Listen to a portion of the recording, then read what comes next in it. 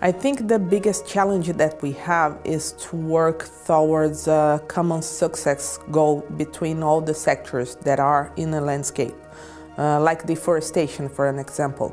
I think deforestation is a very challenge issue that must be addressed by companies, by NGOs, by governments. Livelihood for forest-dependent communities, we like to see them survive without necessarily destroying the forest, because they have been used to the practice of slash and burn, shifting cultivation. One of the most urgent sustainability challenge would be to ensure that there is a right permit for the areas that we set aside for conservation.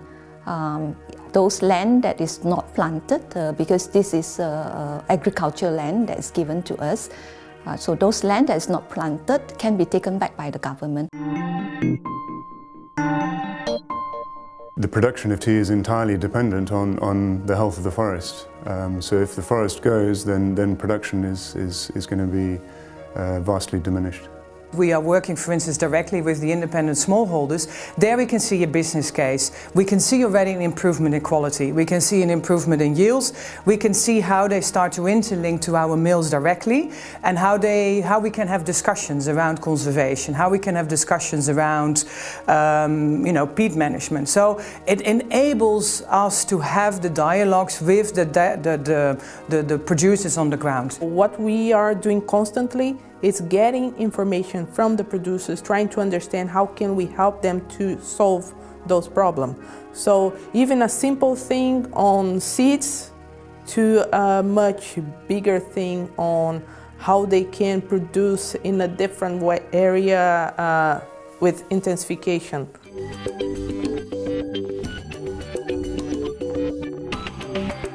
What is a very success story right now in Brazil? It's the intensification of cattle and soy.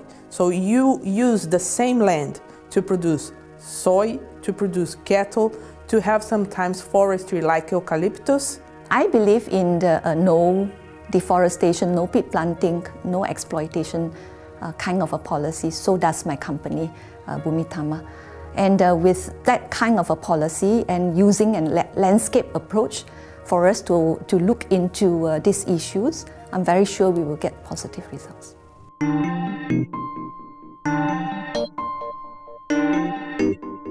Liberia is far ahead of the region in regulatory and legal frameworks that is now giving responsibilities to the communities and returning land ownership to the communities. We cannot prohibit a community to cut illegally mangrove without providing them the alternative livelihood. The involvement of the government is very important, because at the end the regulations and the regulatory framework will have to come from the government.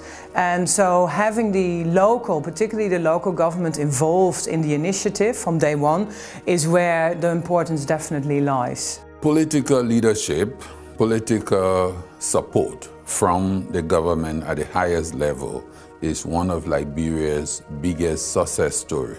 At the beginning of her administration, President Sirleaf canceled all pre-war logging concessions to give us a brand new start.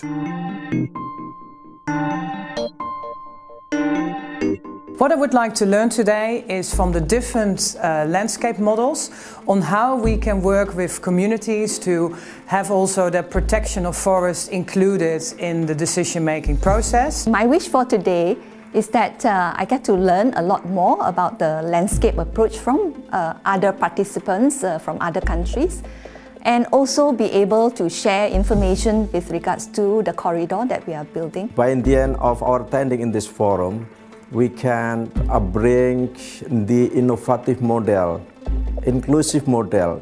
Private sectors appear to be willing to contribute the funds required, and I'm looking towards achieving or securing commitment from other stakeholders. I hope that today we learn more about Brazil and other countries, and we use a landscape approach to tackle not only deforestation but other big issues that are important to have a sustainable production. Liberia would like to learn from other landscapes. We would like to increase our yield capability per acre, hectare, so that sustainability is assured.